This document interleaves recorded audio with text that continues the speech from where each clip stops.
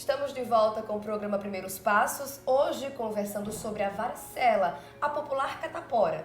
Pois é, como o Dr. Cláudio Orestes nos contou no primeiro bloco, o ambiente escolar é um ambiente muito propício ao contágio da catapora. Então a gente foi conversar aí com uma coordenadora de uma creche aqui na cidade para saber quais são os cuidados que eles têm com as crianças para evitar a proliferação da doença. Veja aí. Só nesta creche, em menos de 2 meses, 30 crianças, a maioria de 4 a 5 anos, foram contaminadas pelo vírus da catapora. Apesar de todos os cuidados dos professores e da equipe de saúde, combater o surto da doença tem sido um desafio. Como a gente dá banho na escola, na creche, então as professoras, quando tiram a roupinha, elas já começam a observar alguma marca. Então, assim que elas percebem qualquer bolinha, qualquer, às vezes até picada de inseto, elas já mandam para cá, para o setor de saúde, e a gente dá uma olhadinha. Não tem como a gente dar um diagnóstico, porque a gente não é médica, né? Então, a gente precisa realmente ligar para os pais. A gente liga para os pais e os pais fazem todo esse procedimento. Após a doença ser diagnosticada, a criança fica em média 15 dias em casa. Uma forma de evitar o aumento do número de casos de catapora. E para a gente ter esse cuidado, a gente pede aos pais que tragam uma declaração do médico, liberando a criança por ela estar apta, ou até trazendo na creche para falar com a pediatra, que a gente tem uma pediatra e a pediatra também faz essa liberação, para a criança voltar, já para a gente não passar mais para outras crianças, né? A expectativa da creche é que até o próximo ano o surto de catapora chegue ao fim. As crianças de 4 a 5 anos são as que foram mais causadas, né? Até porque não tem a vacina pública. De 3 anos para baixo já tem a vacina pública. Então a gente imagina que no próximo ano todas as crianças de 4 e 5 já tiveram e aí as de 3 já vão estar vacinadas. Então a gente tem fé que daqui para o próximo ano encerre e não volte mais essa catapora.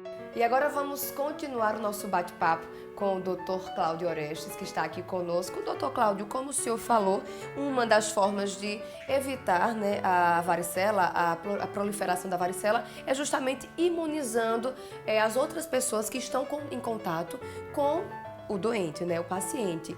Mas a gente viu que é bem complicado, por exemplo, no ambiente escolar, como a gente acompanhou aí, no caso. É recomendado realmente pedir que essas crianças que não tiveram a doença se ausentaram um pouco para evitar o contágio? Eu sei da dificuldade dos pais hoje em deixarem, não tem onde deixar as crianças. Muito Mas difícil. Eles têm que pensar assim, nos outros. É uma questão de preocupação com o bem-estar da comunidade. Então, uma criança com um quadro de varicela, ela tem que ser isolada daquele contato, que ela tem um risco de transmitir para outras. A partir do momento que o pai, o cuidador tem essa ciência, deve isolar. Esse isolamento, ele em média, dura de 1 a 2 semanas, dependendo de cada caso. Isso evita que se propague para outras crianças. A partir do momento que você tem mais casos naquela mesma localidade, aí algumas medidas são mais emergentes.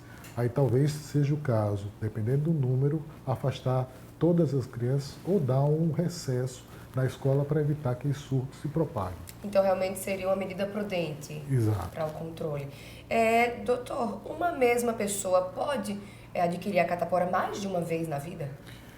Pode, não é comum. A doença dá uma imunização, ela dá uma cobertura de 97%.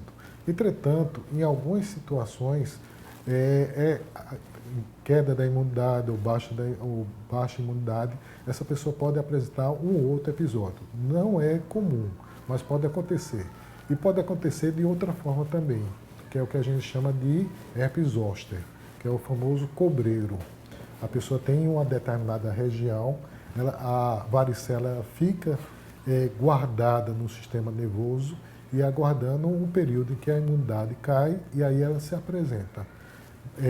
Principalmente em pacientes com queda da imunidade geral. Então, o cobreiro, ele poderia ser, digamos, vulgarmente falando, uma variação da varicela? Seria a varicela que ela se apresenta novamente sobre uma forma específica, localizada normalmente.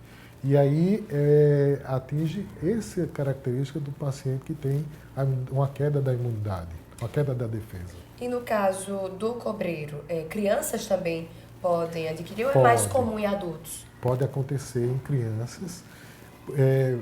Mães que tiveram a varicela durante a gestação, no segundo trimestre da gestação, a criança pode apresentar um período depois o cobreiro. Ou pode, na primeira infância, se ela teve, acontecer na adolescência o herpes zoster.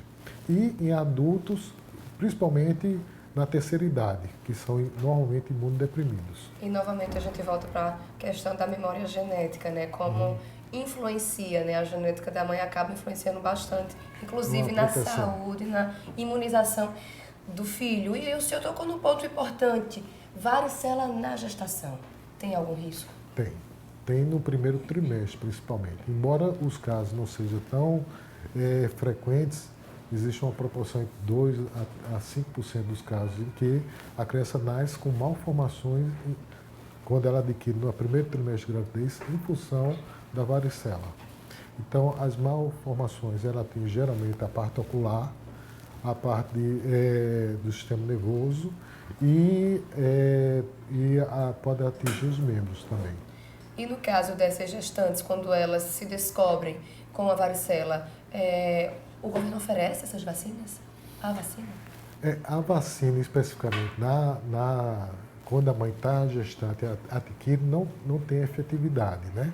O que acontece é quando é no último trimestre, em que a criança, a mãe tem entre o 5º dia e o segundo pós-parto, existe uma forma de proteção da criança, que é através da imunoglobulina específica, e que é dado à criança para atenuar a doença no caso do recém-nascido.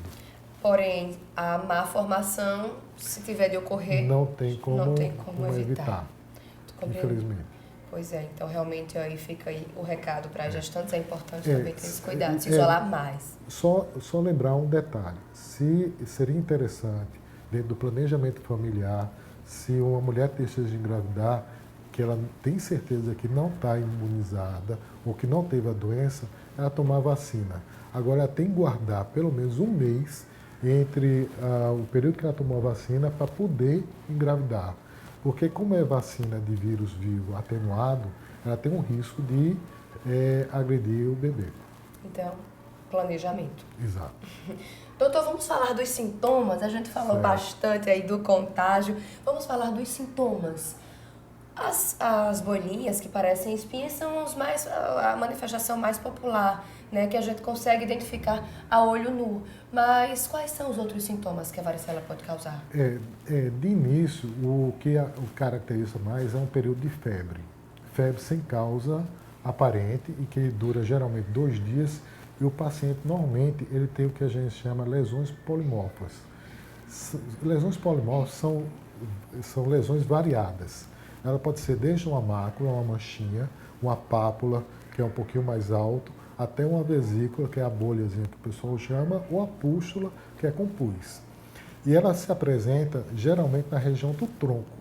Faz muito diagnóstico diferencial com piodermite ou com estrófilo. Estrófilo é lesões por picada de inseto, que é mais nas extremidades. Ao contrário, não. A varicela é mais no tronco. E a varicela também atinge as mucosas. Pode ser a mucosa oral, vaginal ou anal. E incomoda muito. Doutor, quantas erupções, quantas bolhas podem surgir no corpo de um... Em média, são entre 250 a 500 bolhas. E elas aparecem normalmente o que a gente chama de salvas. A pessoa apresenta uma primeira salva, em que elas aparecem, tem a tendência a melhorar, aparece uma segunda e, eventualmente, uma terceira salva. Chega a 3. A 3. E coçam bastante, né? Que é outro sintoma bastante que incomoda muito. E esse ciclo, doutor, dura geralmente quantos dias? Geralmente de 1 a 2 semanas, que é o período que acomete mais, né? E o paciente deve, só para a gente ter uma ideia mais fácil, desenhar melhor na cabeça, 1 a 2 semanas chega a ser o ciclo da varicela. Exato. E o período de transmissão? A margem de segurança. É aquele período que eu falei, 2 dias antes dela apresentar os sintomas, até que todas as lesões já tenham virado crostas, aquela casquinha. A famosa casquinha. Exato. Certo, então realmente aí Então é bastante. um período relativamente largo de transmissão, né? É. Doutor, e as bolhas, elas murcham facilmente? Normalmente regridem, e a orientação que a gente dá normalmente, a princípio, é porque inclusive uma das complicações, a infecção dessas bolhas. Então o primeiro cuidado que qualquer pai deve ter, qualquer mãe, é manter as unhas cortadas, rentes, para que evite que a criança venha a coçar. Porque é muito criança pegar em objetos contaminados ou a própria pele e coçar. E é o fato de arrancar aquela pelezinha, aquela bolha, faz com que a pele exposta ela contamine com mais facilidade. O que depois acarreta cicatrizações que vão deixar marcas mais profundas. Pois é, e falando sobre essas marcas, quando então não se coça, quando a criança consegue se segurar, os pais conseguem controlar a situação, essas bolinhas normalmente vão ficar durante o tempo algumas manchas, né? Exato. Essas manchas demoram a sair? Demora, varia muito de pessoas para pessoas. Pessoas com a pele mais claras, elas têm a tendência a desaparecer mais rápido. Agora, uma coisa que tem que ter cuidado é evitar a exposição ao sol. O sol faz com que elas demorem e persistam, às vezes dure em algumas pessoas a vida toda. O ideal então seria voltar a tomar sol apenas quando as manchas sumirem? Exato. Dá para fazer algum tratamento de uso de cremes tópicos, por exemplo? Dá. Tem cremes específicos e tem tratamento através de laser, por exemplo, que elimina essas manchas. Doutor, em crianças, por exemplo, que têm dermatite atópica, a catapora pode ser agravada? Pode, porque como eu disse, é uma reação às vezes de hipersensibilidade, o que dá muito prurido. Imagine se você tem atopia, esse prurido incomoda muito mais e pode agravar essas lesões. E no caso dessas crianças, por exemplo, o número de erupções a surgir também poderia ser maior? Não necessariamente em relação a isso, mas pode ser maior a contaminação delas. Então, talvez nessas crianças que têm atopia, o uso precoce de antihistamínico diminuiria o prurido e as consequências em função do prurido. Pois é, o senhor falou em uso de um histamínico para tentar evitar o prurido. O prurido. E quais são as outras formas de tratar a catapora? Dependendo da gravidade, a gente tem uma gama de opções. Mas, de maneira geral, o cuidado maior é através das unhas. O banho com antisséptico, de preferência o permanganato de potássio, que a gente usa numa diluição. Que é evitando, colorido? Exato. Do pescoço para baixo, evitando o rosto ou mucosas, porque ele pode ser absorvido e na pele muito fina ele pode irritar. Tem também o talco mentolado, que dá um certo frescor, banhos frios que diminuem o prurido.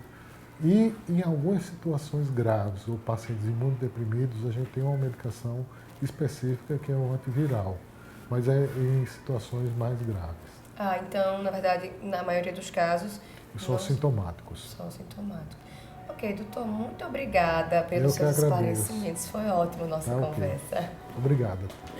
Eu espero que você de casa tenha gostado do programa Primeiros Passos de hoje, que tenha te ajudado a compreender melhor e a tratar e evitar a varicela, a catapora. Então, olha, vou ficando por aqui, mas lembre-se que semana que vem a gente tem um encontro marcado aqui no programa Primeiros Passos. Então, até lá!